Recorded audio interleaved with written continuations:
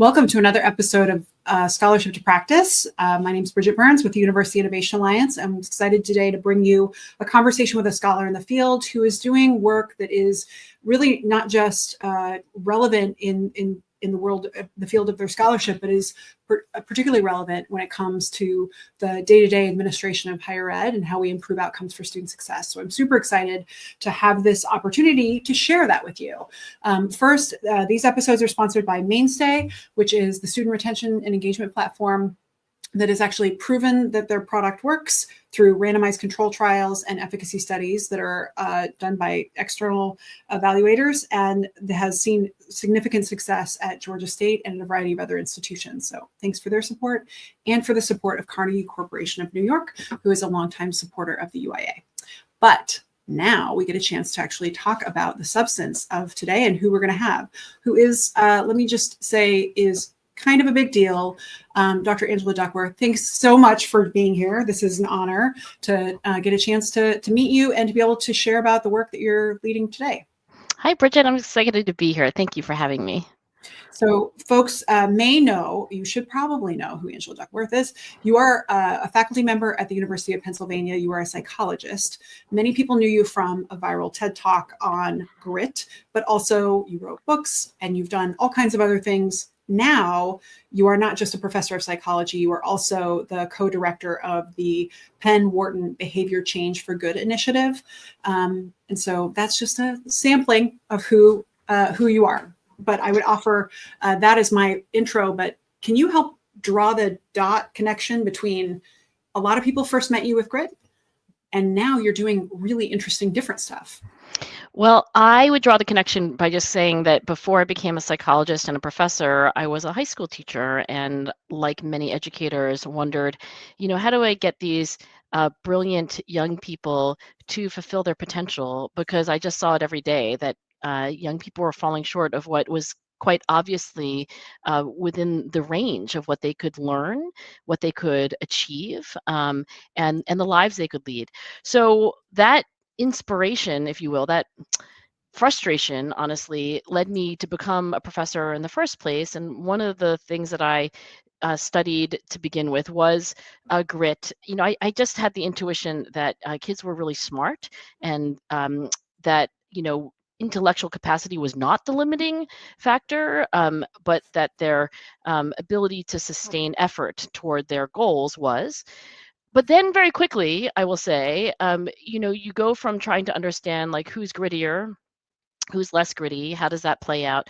And then you ask the real question, which is what are the conditions under which a young person will demonstrate passion and perseverance for long-term goals, which is how I define grit. Which schools, what affordances, what supports, and not only what is it that enables that, but what are the risk factors, or what are the impediments or the obstacles? And so I won't say very recently, some years ago, I teamed up with another faculty member at my university. Her name is Katie Milkman. She's also a scientist who studies human behavior. She and I have this common interest in human motivation and how people can make good choices.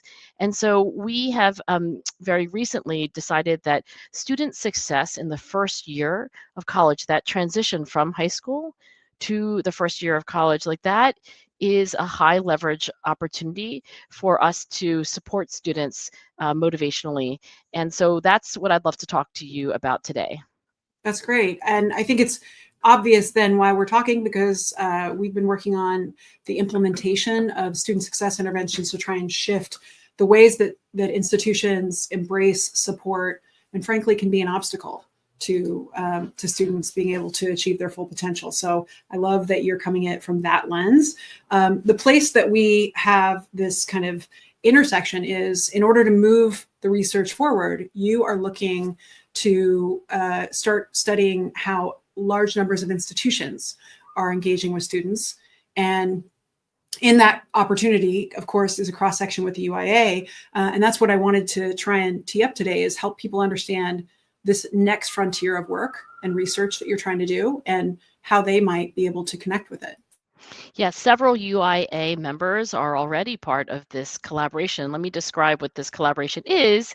Should any eager listeners be, excited enough to join, well, we should say at the start, I should say at the start, that the goal of the project I'm going to describe, this student success project, is to increase first year persistence and also transcript grades at institutions that are large, meaning institutions that are serving a collective 15,000 undergraduates or more, and then also have a persistence rates, 6-year persistence rates or graduation rates that are under 85%. So that gives you a sense of the kind of, large institutions serving, students who are not always succeeding. That's who our collaborating partners are.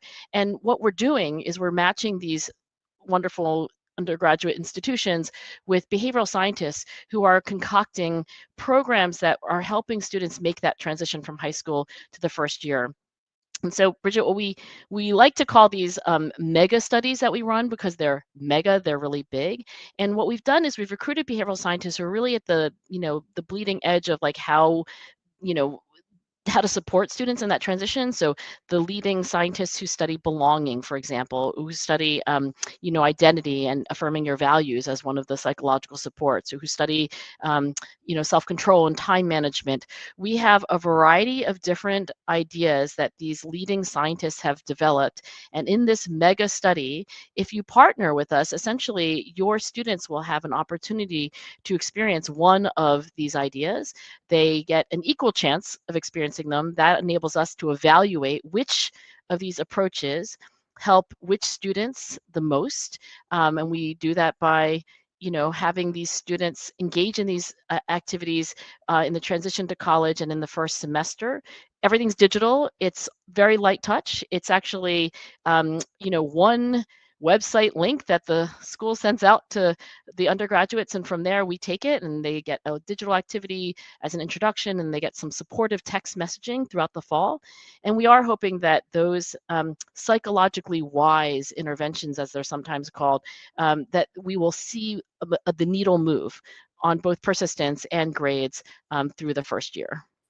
So I find that really interesting, that the design of the study. This is a great opportunity, and there are multiple UIA campuses who've already decided to participate, and we're hearing interest from several others.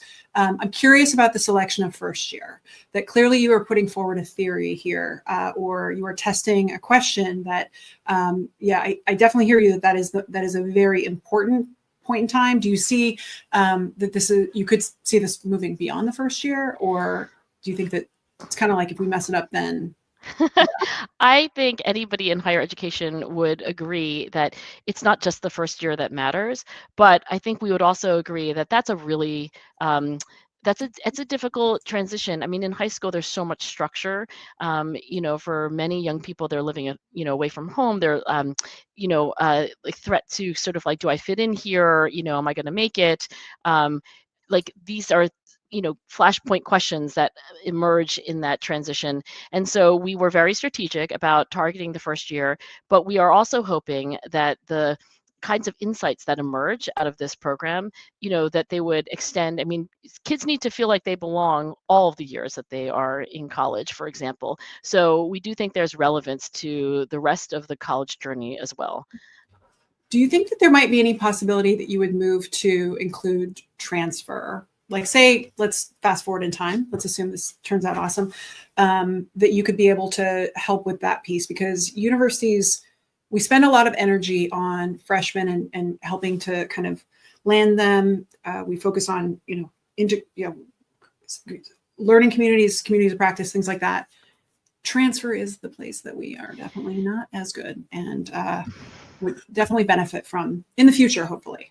No, I agree. And actually, if there's a, educational institution who asks us like, well, what about our transfer students? We would say, the more the merrier. If in some ways you could just conceive of those students as being first year students, their first year for that campus, for example. So I, first of all, want to agree with you that transfer is something that we don't do especially well. And that, the way that this program is designed is that, when a partner says, yes, we would like to collaborate with you, it's all of the students actually, and we have no problem including anyone that the school says, like, we're considering this person transitioning to this school.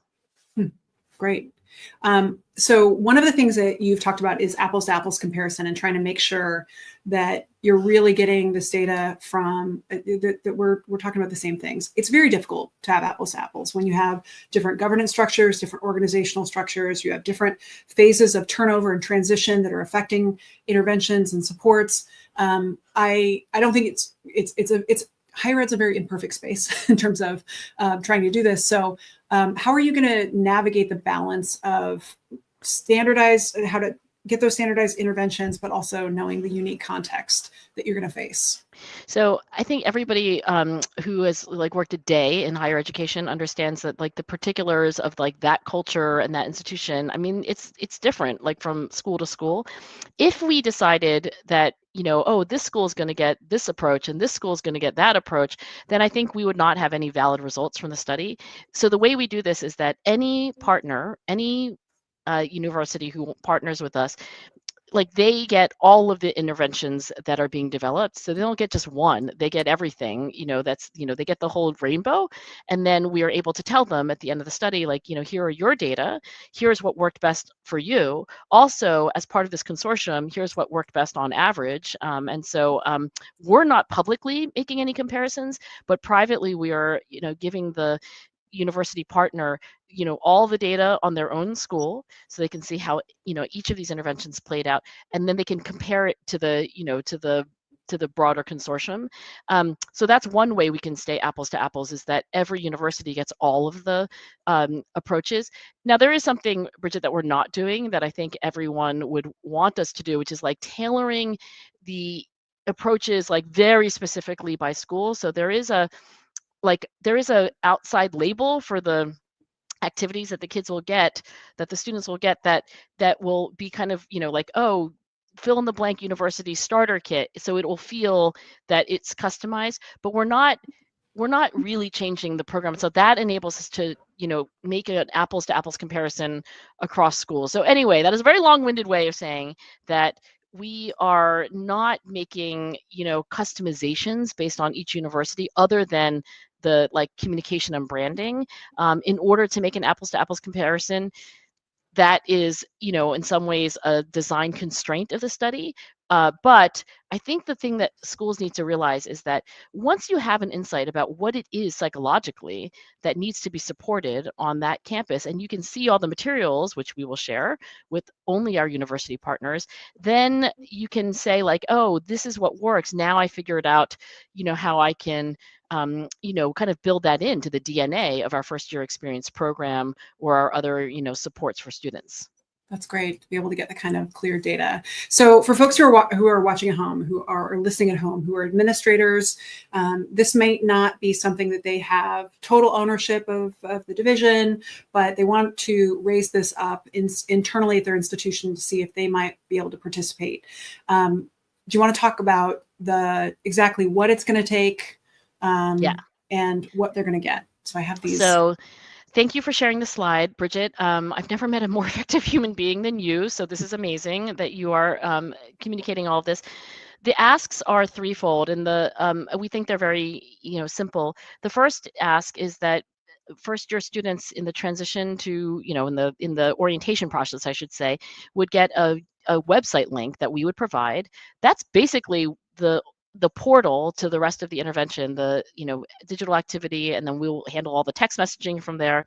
The second ask is that, obviously every school has an IRB, and we would just ask that you would help us navigate that with you so that we can get approval. That's usually very straightforward. And the third ask is just to provide the outcome data at the end of the school year to say, what are the enrollments and what are the enrollment status and what are the grades for the students who are in the in the intervention. So those are the three asks. And you mentioned that there are UIA schools already involved. We also have, in total over 24 universities who have signed on. You might want to advance to the next slide so I can say, well, like, what do you get out of it? And as I mentioned, you will get the actual programming, and the scientists who are working on these supports are all contributing their effort and their intellectual capital pro bono. They're very happy to be sharing these materials, also insights about you know, the programming that worked best, on that campus, and then in total for the entire consortium.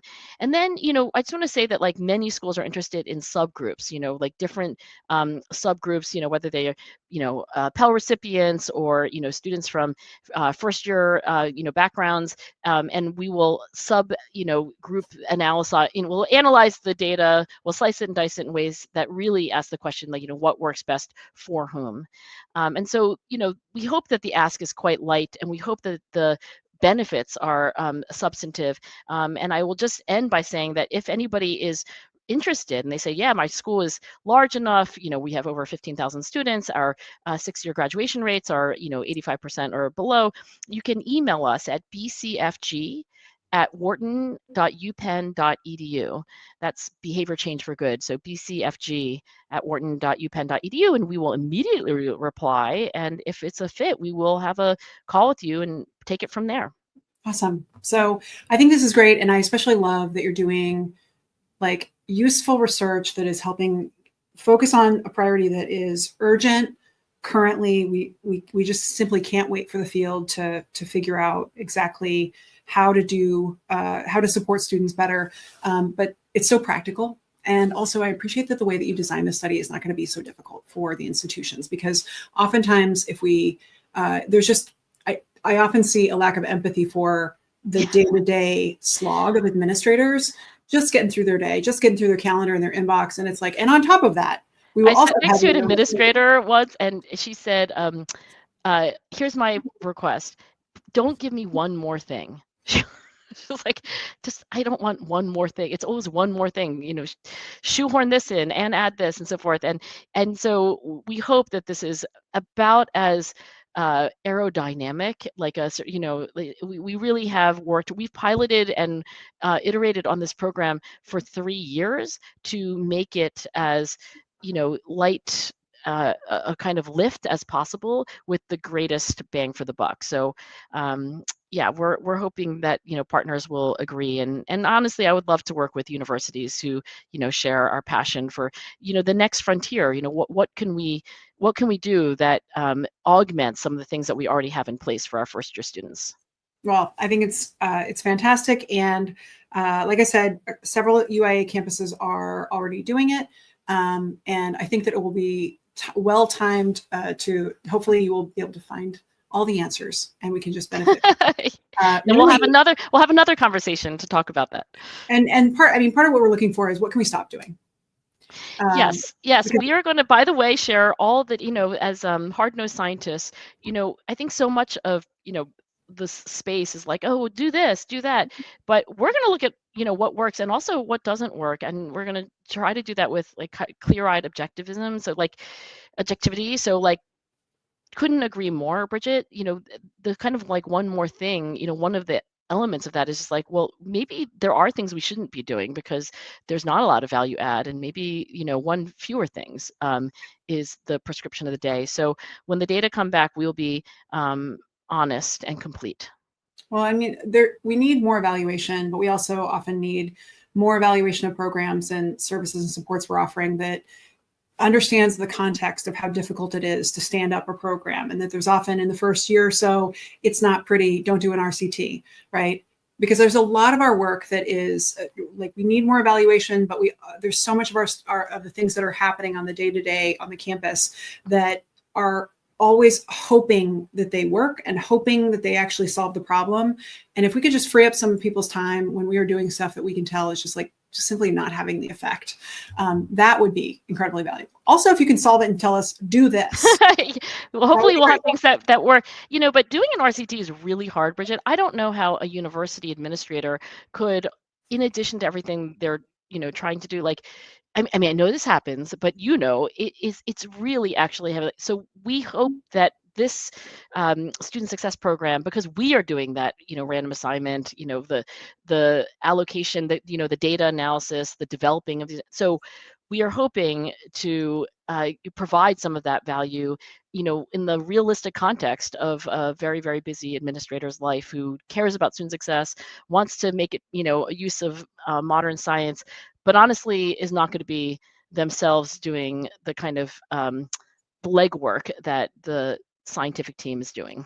Great. Well, I love light touch, easy, smart people cleaning up, Urgent problem. big problem. Big problem. Couldn't be more urgent. So for those of you at home, I just want to remind you that if you're interested, BCFG at Wharton, UPenn.edu, and look forward to hearing about all of the campuses who are participating, and that this actually got you in all the right ears. So thank you very much for being here today, Dr. Angela Duckworth. And for those of you at home, we will see you next time.